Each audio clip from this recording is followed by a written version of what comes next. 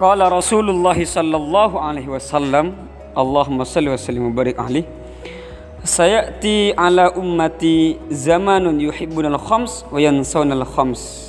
Bahwa kata Bunda Rasulullah, akan datang pada umatku suatu masa yang mana mereka cinta terhadap 5 perkara dan mereka melupakan 5 perkara. Apa kata beliau? Yuhibbunad dunya, mereka cinta dunia, wa yansawnal akhirah, dan mereka lupa akhirat. Kedua, wa yuhibbunal hayah wa yansawnal maut, cinta hidup dan melupakan mati. Yuhibbunal kusurah, mereka cinta yang namanya gedung-gedung mewah, masya Allah ya, kalau di perkotaan sudah terbiasa itu.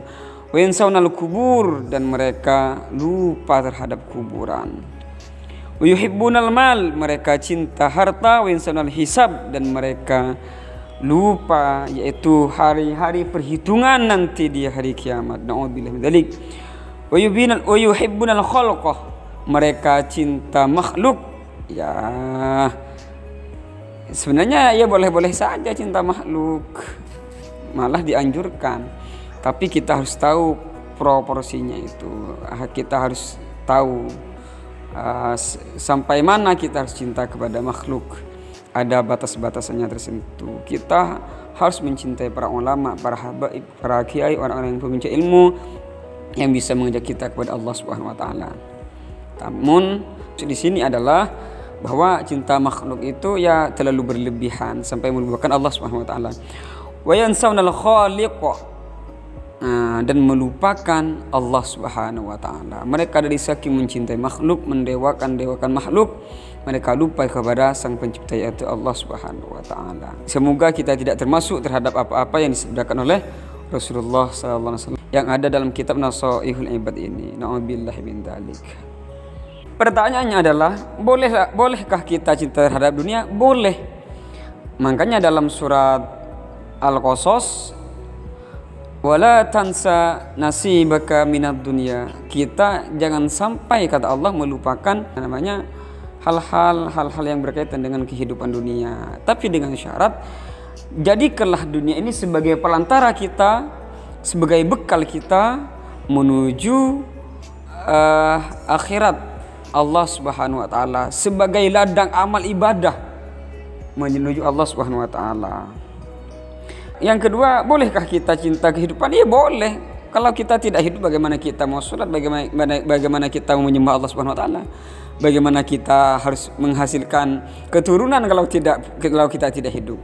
Namun maksudnya adalah dalam konteks hal ini kita pergunakan kehidupan ini sebaik-baik mungkin, semaksimal mungkin, dengan harapan kita harus menjauhi yang namanya hal-hal yang bisa menjauhi kita dari Allah Subhanahu wa taala, dan kita terus berusaha untuk selalu mendekatkan diri kita untuk selalu mencintai Rasulullah sallallahu alaihi wasallam menuju Allah Subhanahu wa taala. Yuhibbunal qusurah. Saya sendiri mengenai hal ini dari dulu memang bercita-cita untuk mempunyai rumah yang besar, mewah. Cita-citanya apa? Harapannya apa? Dengan harapan para habaib, para ulama, guru-guru saya bisa bermalam, bisa nginap, bisa standby di rumah saya itu. Itu cita-cita saya. Dan itu tujuannya adalah mengharap barokah mereka sehingga saya mendapatkan cinta mereka. Kenapa? Karena Allah itu, kalau kita tidak dekat kepada Allah, kita harus mencintai kepada orang yang dicinta oleh Allah. Dari itulah Allah akan melihat kita, seperti itu katanya. Wa yuhibbunal mal, bolehkah kita mencintai harta? Ya boleh saja, tapi jangan sampai berlebihan. Kata kiai saya Abu Abdul Aziz Al-Baidawi Al-Bajuri Al-Azhari, ingat Nuhi, jangan sampai taruh dunia harta itu, jangan sampai taruh di hati, taruhlah harta itu di tangan, sehingga kita tidak kepikiran. Makanya kata beliau, ya santuy-santuy aja lah, walaupun punya hutang, insya Allah pasti bisa bayar. Wa yansawnal hisab, dan mereka melupakan hisab.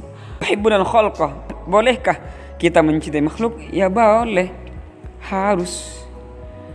Tapi jangan sampai cinta kita terhadap makhluk melupakan Rasulullah, melupakan Allah Subhanahu wa taala. Kalau kita tidak cinta kepada makhluk, kita tidak cinta kepada saudara kita, istri kita, teman-teman kita, bagaimana? Tapi kita jangan sampai cinta itu melebihi cinta kita, melebihi daripada cinta kita kepada Allah dan juga kepada Rasulullah sallallahu alaihi wasallam.